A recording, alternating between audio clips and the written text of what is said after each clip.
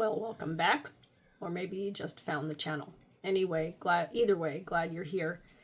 This is kind of a follow-up video to the one I just posted called, What Are You Thinking About? Actually, what are you talking about? This is kind of a part 2 to that.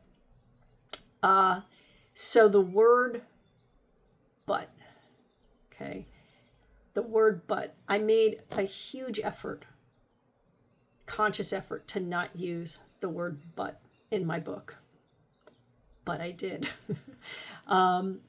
It's besides quotes from other people. I just did a scan on it and it's in there 32 times.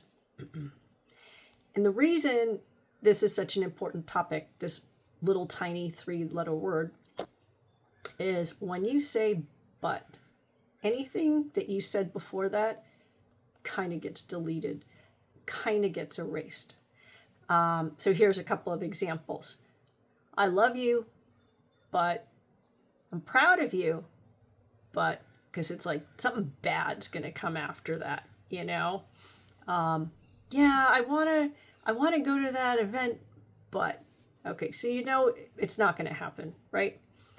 So be conscious of that. You know, it's going to happen. It's not the end of the world, okay? But as you, now you're going to notice that it's going to drive you crazy. Not just with yourself, but you're going to notice it everywhere out there. You know, friends, posts, movies, the whole shebang. Anyway, you just got to laugh about it. So anyway, there's other phrases, other words to use to bridge those two thoughts together, because that's what it is, right? But is a bridge between a first thought and a second thought. In the case of using the word but, it usually means we're going to negate the first part, and the second part's really accurate or the truth. How about using and? Going back to the examples, I love you, but. How about I love you and, right? So even though something seemingly not positive might come next, you know, because you're telling this person, I really, really care about you, I love you.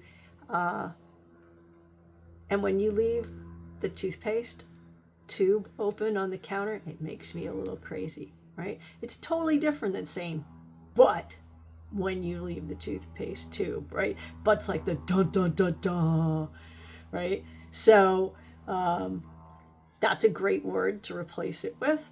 Let's see, you could also do and yet, or yet. You can do however. It's way softer than but. Let's go back to the toothpaste. You know, I love you.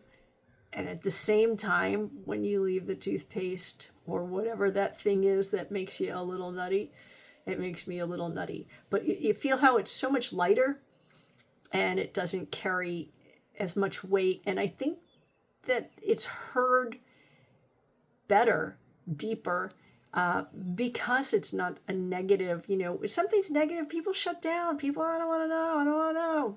Go away. Shut up. Right? So language matters. If you're on this channel, you know that that's a big thing for me. You know, I wrote a book mostly about that, not entirely about that. Our words that we choose shape how we feel, how we think. Well, we think first and then we feel. There's beliefs and generally how we move through the world. And like I said when I started this video, with all my intention to not use that word at all, I just did a scan of my book and I used it 32 times. Not the end of the world. If I had to rewrite it, they wouldn't be in there. Only, you know, when I quoted somebody else. So, you know, have fun with that. Let me know how it goes. You know, did you drive yourself crazy the first or second or third day? Maybe you did. Or did somebody in your life drive you a little crazy with that? Anyway, don't take it too seriously. It's serious, but don't take it too seriously. And once again, thanks for stopping by. If you haven't liked or subscribed, it would really mean the world to me. And thank you. We'll see you on the next one.